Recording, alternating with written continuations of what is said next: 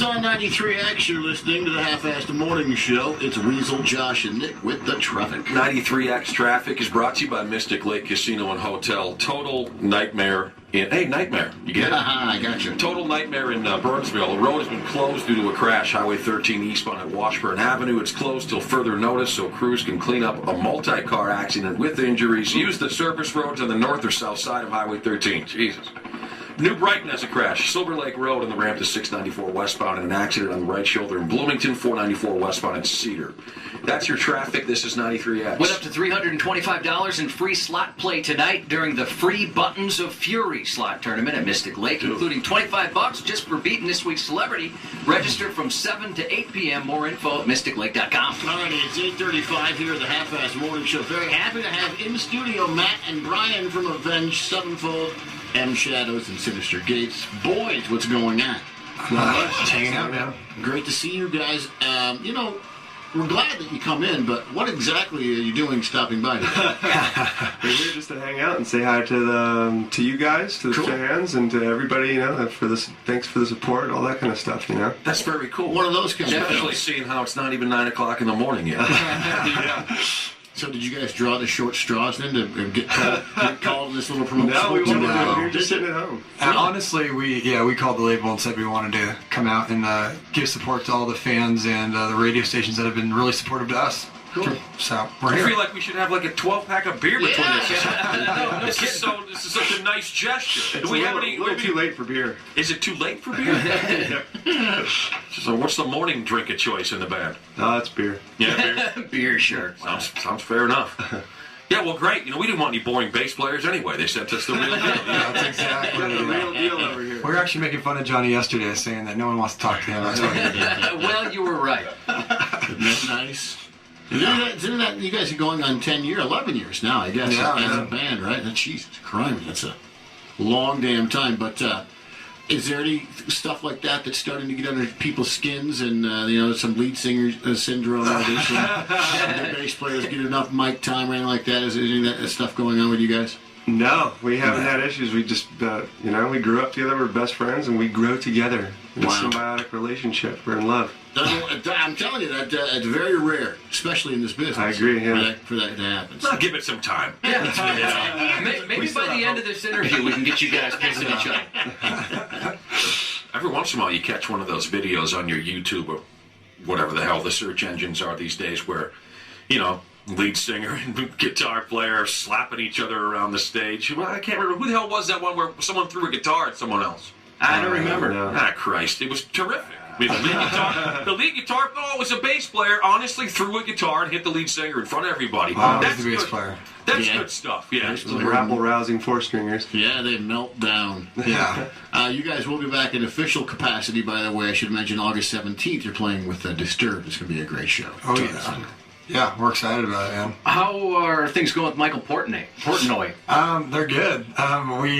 To be honest, we get, 2 rehearsals, and we've never played with him live yet. And are you serious? Yeah, and the first show is in front of 35,000 people in Montreal. It's a couple of weeks, right? Well, A little late July. Hopefully he's professional enough to make it work. That guy. Good enough. If it were anybody else, we'd be worried. If it was our own band's original lineup, we'd still be worried, He is First shows are ridiculous. He's got to be one of the best drummers out there. Yeah, Oh, yeah. Great. I mean, he was the first, the youngest guy to ever be inducted into the Drumming Hall of Fame or whatever for modern drummer and stuff. So How did that work out? How did you guys meet up? He was friends with the Rev, and he was friends. I've been texting him a lot, and he'd been sending me Dream Theater bootlegs, and we became friends over email and on the phone. And then when Jimmy passed away, he was just outpouring from him was enormous. So we decided if we were going to continue on, we needed someone that could fill Jimmy's shoes, and Jimmy was an insane drummer. And Jimmy had all these parts written that were just pretty out there, pretty insane. So we needed someone great, and Mike came to the rescue. That's cool. By the way, I'm going to need his cell phone number and his email. We were going to say, every time we talk about you guys, it's always the guitar duo we always compare to Iron Maiden. Mm-hmm. Yeah. Is that fair? Thank you. Yeah. Is that cool? Yeah, that's to say. totally fair. Thank you. Yeah. You have the best guitar duo out there right now. You guys are fantastic. That is definitely what it reminds me of. Every time, it's one of my favorite things. That and the singing, of course. On the album. Iron Maiden's one of our favorite bands. Obviously, a huge influence. So, yeah. And Dream Theater's out on tour with Iron Maiden right now. Yeah, So, right, yeah. It's a big family. It's all incestuous, isn't it? Disgustingly so. Have you guys seen maybe a bunch of new fans come over to Avenged Sevenfold because of Michael Portnoy being in the band? I don't know. I think there's a lot of. I think there's a lot of. early. I still hate Avenged Sevenfold, but I'll listen to you because Mike plays. So yeah, They have a very Dream Theater has a very strong fan base, and so do we. And I think there's been a lot of people exposed to both parties, which is pretty cool. Yeah, that is. That's true. That's fair to say. You guys both have a very religious following. Yeah, absolutely. So we're very lucky to have that. You know what? I just remembered what band it was where the bass player threw the bass guitar at the lead singer. Okay. Poison. Anyway, so That's exactly. I was wondering if that's who it was. You guys fight all the time. And one of your major influences, I imagine. absolutely. Yeah. You know, I heard yesterday. What was it? One of our label reps was convinced that that whole thing was fake. Well, the Bret Michaels Yeah, thing? we've talked about that. Yeah, I'm wondering if that's the case. You know, What? If the hemorrhage. Yeah, it's been brought up. Several. I don't believe that. Several people have said and suggested that this might have all been for publicity. well, yes, I know that's been said. Yeah, we talked about it on the show, but I really, really doubt that. Well, I'm not a big fan of their music, but Bret Michaels is a very cool guy, and I don't think he's that sleazy. Yeah, I'll go on to say that I don't think it's true either, but you know the question has been been asked. Yeah. Can you imagine? I mean, but maybe these days that's all you can do. Hey, we need some attention. Want to do a porno? Yeah, I did that already. Brett, you got drug and alcohol problems? Yeah, we do, but no one pays attention to that. No one's ever thought of a brain hemorrhage.